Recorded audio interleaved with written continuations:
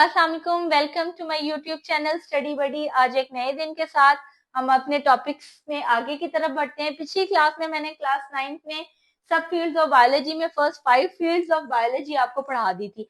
आज हम चलते हैं बाकी फील्ड्स की तरफ। So first of all will come to molecular biology.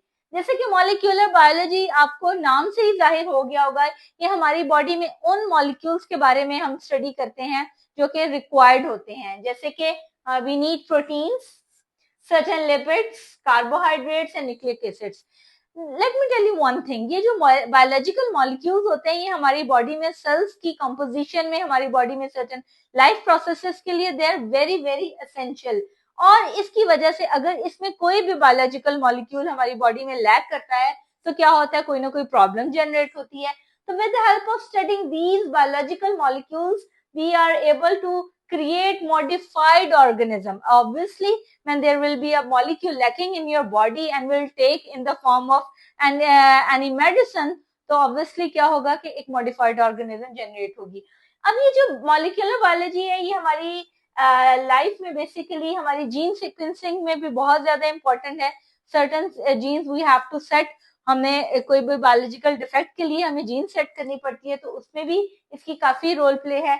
The second, इसका फार्मास्यूटिकल कंपनीज में वेरी वेरी इंपॉर्टेंट। अक्सर आपने देखा होगा कि ऐसी मेडिसिन हम लेते हैं बाजार से, मार्केट से, कि जिसमें कुछ बायोलॉजिकल मॉलिक्यूल्स हमारी बॉडी या तो खुद से बना नहीं रही होती या हम ओरल इनटेक नहीं कर रहे होते, तो वो just take a simple medicine, वो हम मेडिसिन लेते हैं और वो क्या होता है कि वो हमारी जो डेफिशिएंसी होती है बायोलॉजिकल मॉलिक्यूल्स की वो उस मेडिसिन की वजह से रिफिल हो जाती है।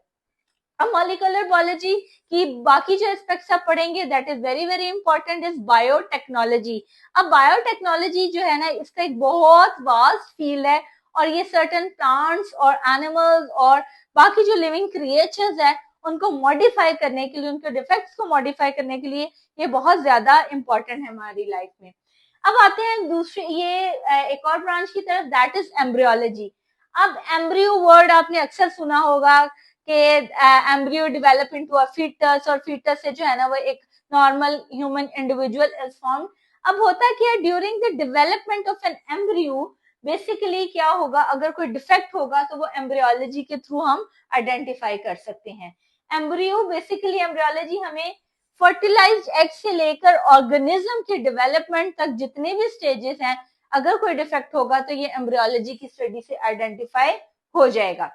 इसमें जो सबसे इंपॉर्टेंट केयर आती है that is prenatal care. Prenatal care वो वाली केयर है that care is given to the embryo before birth, यानी कि बर्थ से पहले कोई ऐसे डिफेक्ट्स। अब इसमें आपको बताती चलूं कि अक्सर फैमिलीज में होता ये है कि ट्रेंड चलता है कि इनके जो बच्चे हैं ना उनमें ये डिफेक्ट आ रहा है, बाय बर्थ ये डिफेक्ट है। तो बाय बर्थ ये डिफेक्ट कैसे दूर हो सकता है कि हम उस एम्ब्रियोलॉजी के सीक्वेंस को हम डिस्कवर करते हैं, स्टडी करते हैं कि किस स्टेज पे जाकर एम्ब्रियो में डिफेक्ट आया, so that we can treat that defect और जो बाकी आने वाले इंडिविजुअल्स हैं उनके अंदर वो डिफेक्ट क्रिएट ना हो। अब ये डिसऑर्डर्स बेसिकली कहाँ होते हैं, ये डिसऑर्डर्स बर्थ से पहले होते हैं, और अगर हम बर्थ से पहले ये डिसऑर्डर्स आइडेंटिफाई कर लें तो obviously a healthy normal individual is formed. अब नेक्स्ट आ जाते हैं जेनेटिक्स की तरफ। जेनेटिक्स बेसिकली जीन्स को रेफर करता है। जीन्स बेसिकली क्या होते हैं, सर्टेन पेरेंटल कैरेक्टर्स। आप अपने फादर से, मदर से, दादा से, दादी से, नाना नानी, मामू फूफो, इन सब से कुछ ना कोई कैरेक्टर ले रहे होते हैं अपनी फैमिली से, जैसे कि हेरिडिटरी कैरेक्टर्स भी कहते हैं।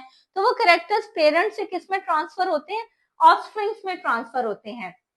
अब होता ही है, इसका भी बहुत ज्यादा इंपॉर्टेंट रोल प्ले है कि जेनेटिक्स से हमें पता चलता है जो बहुत एक कॉमन बीमारी है जिसे कि थैलेसीमिया या ब्लड कैंसर भी कहते हैं, ये भी जेनेटिक डिसऑर्डर है, ये भी फैमिली से चलता आ रहा है, ठीक है, ल्यूकीमिया चलता आ रहा है।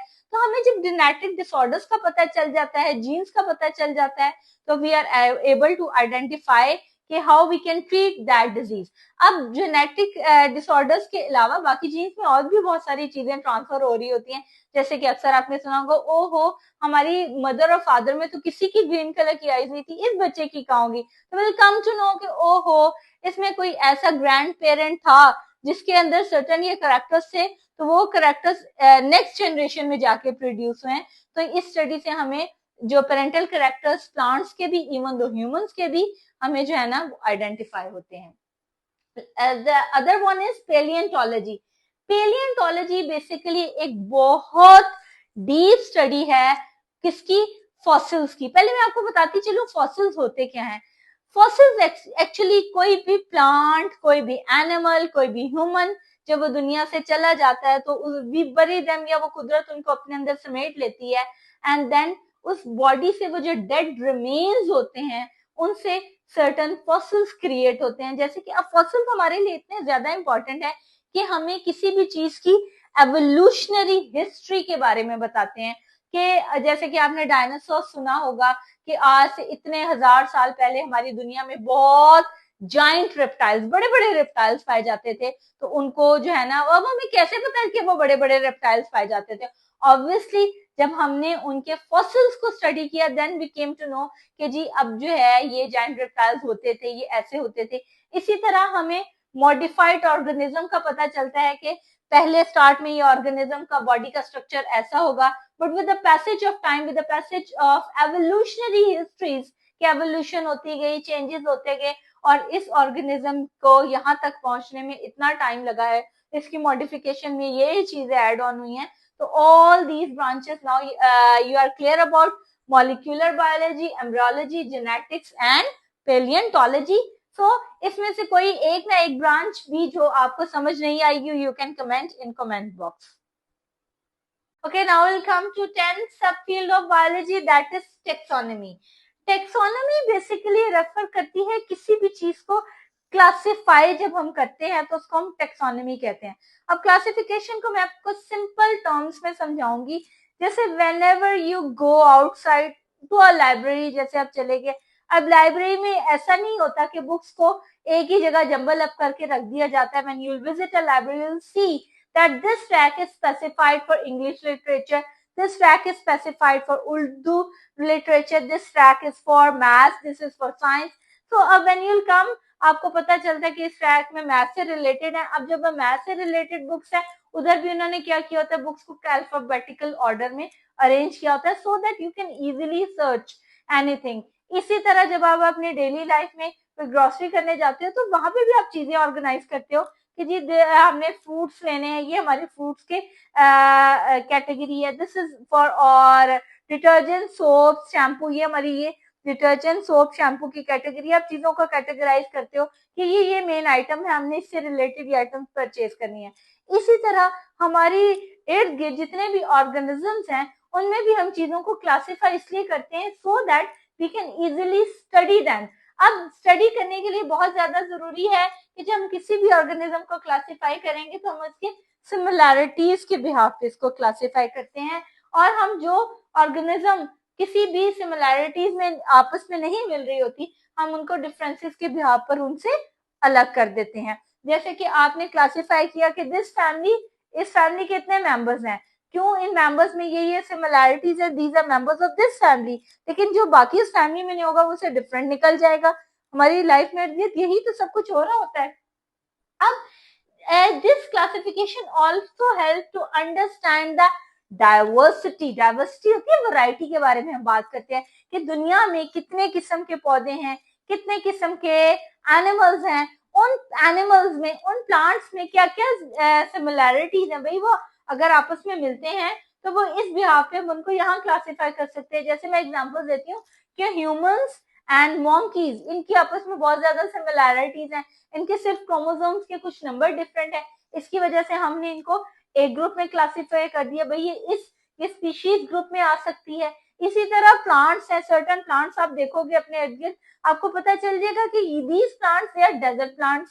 भाई अब ये डेजर्ट प्लांट्स है, क्या इनके ऐसे कैरेक्टर्स है जिसकी वजह से हम इनको डेजर्ट प्लांट्स कहते हैं। इसी तरह कुछ आपको ट्रॉपिकल रेन फॉरेस्ट के प्लांट्स के बारे में पता चलेगा। तो डिफरेंट वैरायटी, डिफरेंट डाइवर्सिटी जो कि कुदरत ने हमारे लिए पैदा किया, we are able to explore them and name them. Taxonomy में फिर हम उसके डिफरेंसेस और उनके सिमिलैरिटीज के बिहाफ पे उनको नेम भी करते हैं। अब जस्ट से कि मैं लोकल नेम लेती हूँ प्याज, लेकिन ऐसा नहीं है कि पूरी दुनिया में सबको पता हो कि प्याज ही प्याज है, नो, उसका साइंटिफिक एक नेम होगा। तो साइंटिफिक नेम देने के लिए टेक्सोनॉमी का पढ़ना बहुत ज्यादा जरूरी है। अब इस टेक्सोनॉमी से हमें न्यू स्पीशीज के बारे में भी पता चलता है कि जैसे साइंटिस्ट जो है वो डे बाय डे नई नई इन्वेंशंस भी कर रहे होते हैं, कुछ चीजें एक्सप्लोर भी कर रहे होते हैं। अब एक्सप्लोर वो चीज करते हैं जो कि कुदरत ने तो पैदा कर दी है, बट वो हमें नहीं पता था। बट व्हेनेवर जब वो चीज हमारी आंखों के सामने आती है, वो नई चीज एक्सप्लोर हुई, नई स्पीशी एक्सप्लोर हुई। अब उस नई स्पीशी को जब एक्सप्लोर करेंगे, obviously they will go into the detail कि भाई ये स्पीशी किस स्पीशी से मिलती जुलती है।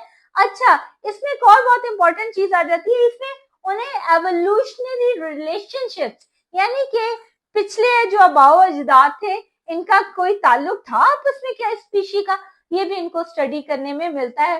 तो टेक्सोनॉमी एक बहुत वास्ट सब फील्ड है बायोलॉजी की, और इसमें आप बेसिकली ऑर्गेनिजम्स को क्या करते हो, नेम करते हो, क्लासिफाई करते हो, ऑर्गेनाइज करते हो और आइडेंटिफाई करते हो न्यू स्पीशीज।